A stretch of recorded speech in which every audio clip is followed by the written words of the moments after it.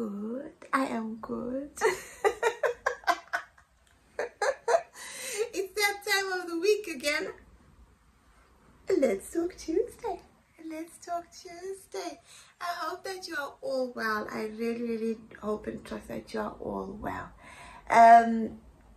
Today's topic is when I could run. Honestly.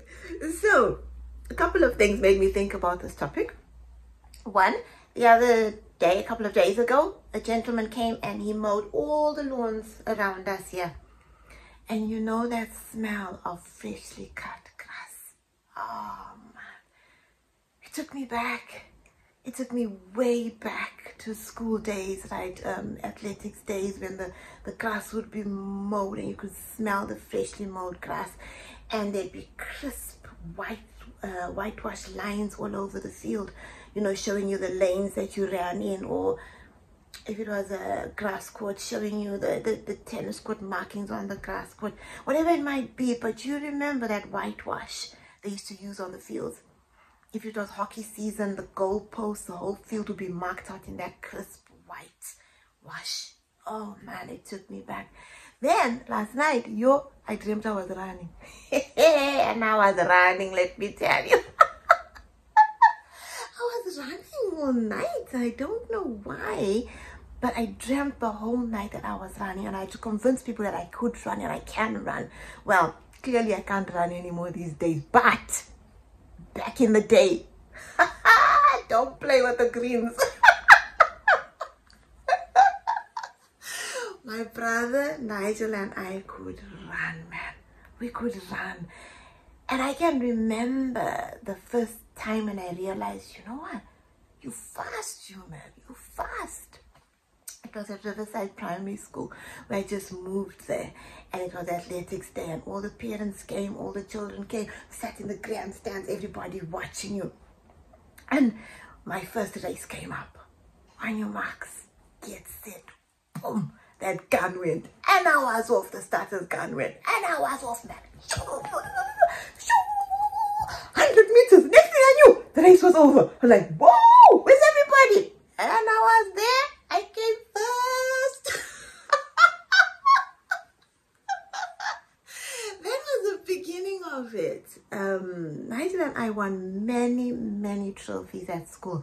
We won so many trophies at school. My mom's dead good. She's gave us all a pack of our school certificates, showing, you know, your first swimming one when you could just do a width, then a length. Yeah, she kept all those certificates for us. She kept running certificates. She even kept a newspaper article from when I ran for Zimbabwe. So after school, finishing school, I didn't stop there with athletics. It didn't stop there. I then joined a running club, and I ran for Zimbabwe, right? And that's an achievement on my part, a big achievement, and I need to not forget those wonderful things that I have achieved in my life. So yeah, I ran for Zimbabwe. For a long time I ran for Zimbabwe. But mommy kept an article, and there my name was in front, people, in the Herald. That was a Zimbabwe newspaper back then. I think it still is. So yeah, I have so many wonderful memories of running. Now, don't get me wrong. The schools I went to back in the day, you didn't have a choice. You didn't say, oh, I don't like to do cross country. I only like to do 100 meters. Oh no, when it was cross country season, you ran in the mud, in the cold. I grew up in a town called Gweru. It was bitterly cold in the winter. But when it was cross country season, you put on your little outfit and you ran in the mud. I hated that. That was the one type of running that I didn't like. But anything other than that, I absolutely enjoyed. I enjoyed the 100 meters. I enjoyed the 200 meters. I did the hurdles. I did, I don't remember if it was called pentathlon. So where you did a multiple of different things like the javelin, the discus, which clearly I wasn't built for, but it was part of it. I enjoyed that. The relays. Oh man. Nothing beats a relay. at the end of a tournament where all the other inter-schools, it used to be called, all the other schools would come from around the area. The competition was high. We ran to compete. We didn't play. We didn't run to mess about. We ran to compete. We wanted to beat the rival school. We wanted to be that one that lifted up the trophy. And it ended off with the relays. Man, waiting there patiently, your arms stretched out, waiting for that baton to tap you. And you were off. I always ran that last leg. That was mine. I would run sprinting round the corner, faster, waiting to see that line, the rope, the string across the finishing line.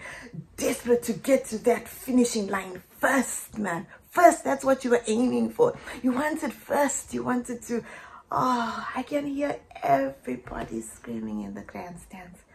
It was wonderful. Absolutely wonderful.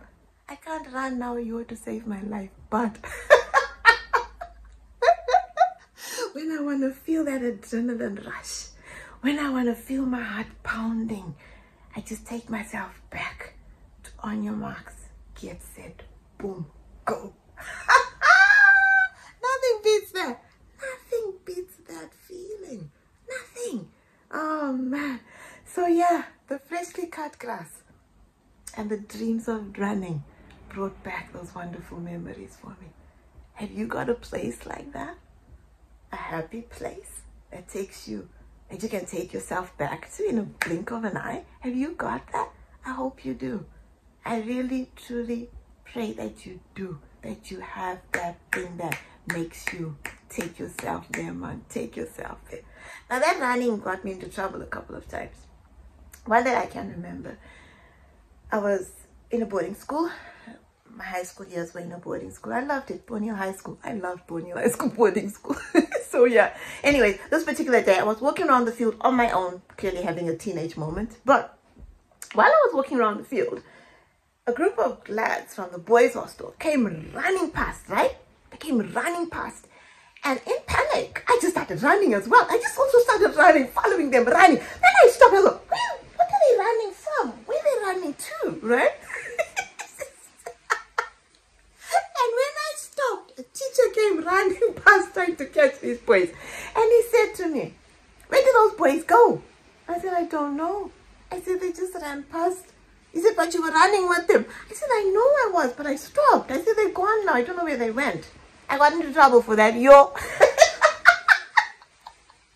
got into trouble for it.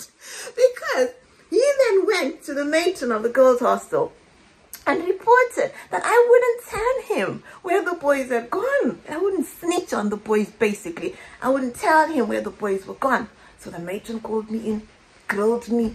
Then she said, you're still not saying where those boys went. So you will wash up plates. You'll go to the kitchen every evening and you'll wash up plates. Yo, I got into trouble for that running. But,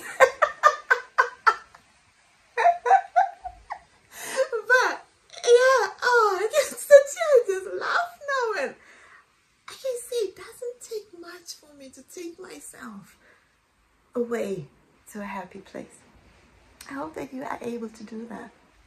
And you feel like you're down or you're having a bad day, whatever, go to that happy place, man. Oh, I can just see myself on that starting line, enjoying every minute of it, enjoying the practice, wanting to beat the next person. You know that you always were aiming to beat somebody when you were racing. We don't race for fun. Let me tell you, we were serious. No messing. But I absolutely enjoyed it. So, on that beautiful, beautiful place where I've taken myself to, have a wonderful day, people. I'm going to end it here. Find your happy place. Go back there. Enjoy it. Really love it. And don't forget. Laugh.